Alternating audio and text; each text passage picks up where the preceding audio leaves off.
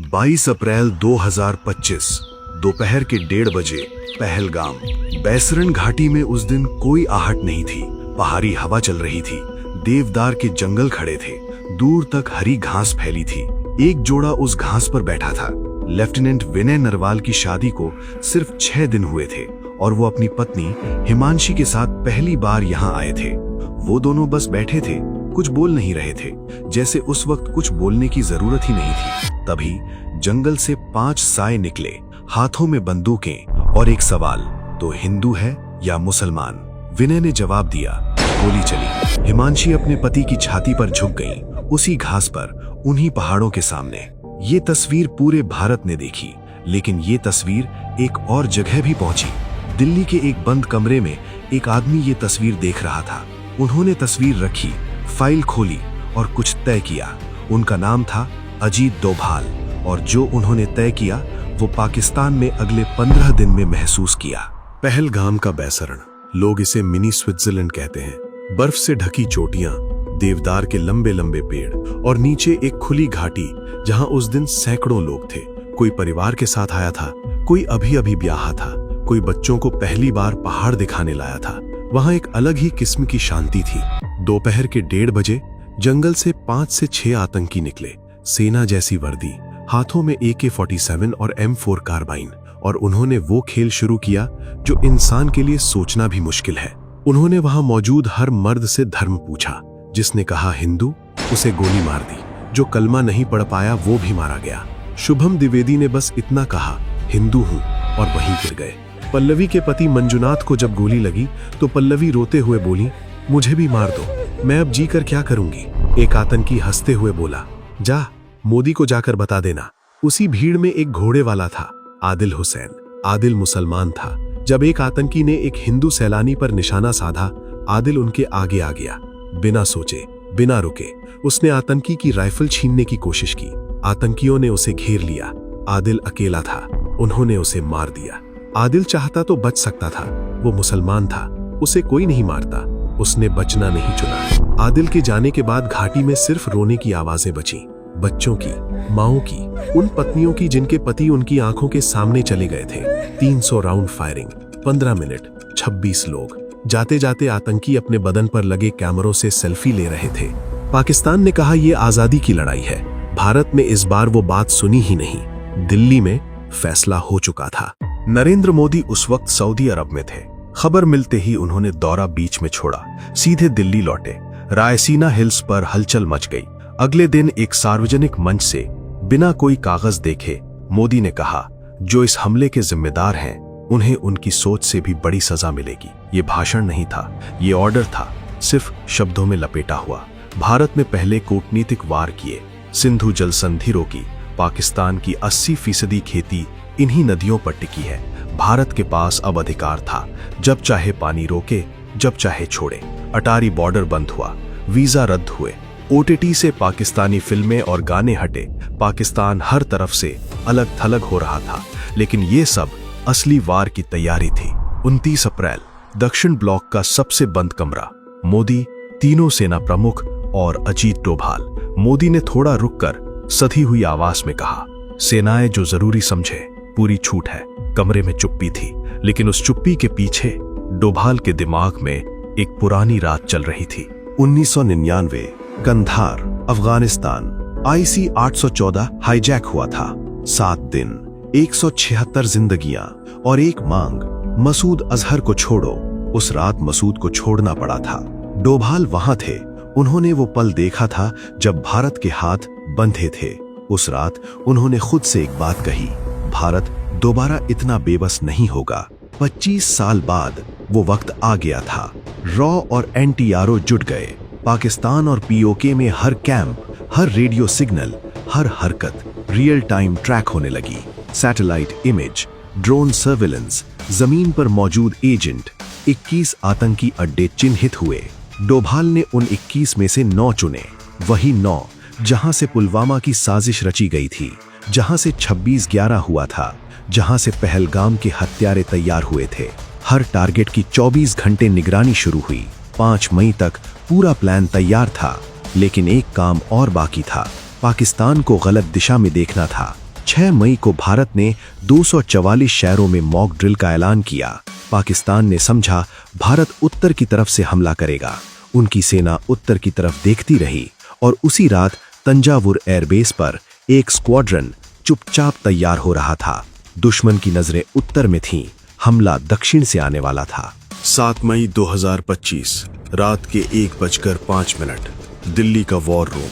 Ajit Doval screen के सामने बैठे थे। कमरे में और भी लोग थे, लेकिन उस वक्त हर किसी की नजर सिर्फ उन स्क्रीन पर थी। मोदी पूरी रात उनसे संपर्क में थे, हर अपडेट ले रहे थे। आसमान में भारतीय जेट उड़ रहे थे। पहला निशाना था मुजफ्फराबाद का सवाई नाला कैंप, वही कैंप जहां पहलगाम के हत्यारे तैयार हुए थे। सर्विलेंस ड्रोन से ग्रीन सिग्नल आया, मिसाइल गिरी, इमारत आग में बदल गई, धुआं उठा और वॉर रूम में एक पल के लिए कोई कुछ नहीं बोला। डोभाल ने स्क्रीन देखा, आंखें नहीं झपकाईं।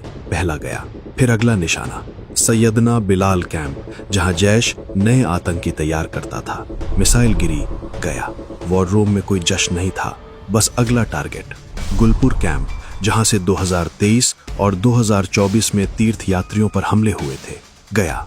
बरनाला कैंप, जहां फर्जी आईडी बनाना और जंगल में छिपना सिखाया जाता था। गया। अब्बास कैंप, जहां फिदाइन तैयार होते थे। गया।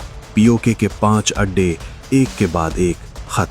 डोभाल हर बार स्क्रीन देखते और हर बार वो 1999 वाली रात थोड़ी और पीछे जाती थी। फिर भारत ने वो किया जो पहले कभी नहीं किया था, इंटरनेशनल बॉर्डर पार किया, खुलकर, बिना माफी मांगे।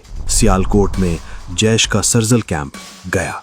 वही कैंप जहां मार्च 2025 में 4 भारतीय सैनिकों को मारने वाले आतंकी तैयार हुए थे। मुरीदिके में लश्कर का मरकज़े तैयबा। गया। वही जगह जहां 2008 के मुंबई हमले के लिए कसाब को ट्रेनिंग दी गई थी। और सबसे आखिर में बहावलपुर, बॉर्डर से 100 किलोमीटर अंदर, जैश ए मोहम्मद का हेडक्वार्टर, मरकज़े सुभान अल्लाह, जहां से 2001 का संसद हमला हुआ था, जहां से पुलवामा की साजिश रची गई थी, जहां मसूद अजहर पला था। एक मिसाइल गिरी और वो अड्डा जमीन पर आ गया। डोभाल ने स्क्रीन देखा, लंबी सांस ली। 1999 में कांधार में जब मसूद को छोड़ना पड़ा था, उस रात उन्होंने खुद से एक वादा किया था। आज वो वादा पूरा हुआ। 25 साल बाद 9 अड्डे, 100 से ज्यादा आतंकी, 25 मिनट, लेकिन 25 साल का एक और हिसाब उस रात बाकी था। जब सुबह हुई तो पता चला कि इस ऑपरेशन में मसूद अजहर का भाई मारा गया था, अब्दुल रऊफ अजहर, वही जो IC-814 हाईजैक का दिमाग था। मसूद के 2 साले मारे गए, जैश के सीनियर कमांडर, कुल 10 रिश्तेदार एक ही रात में। मसूद अजहर, जो कभी भारत को खुलेआम ललकारता था, वो टूट गया। उसने कहा, काश मैं भी उनके साथ मारा जाता।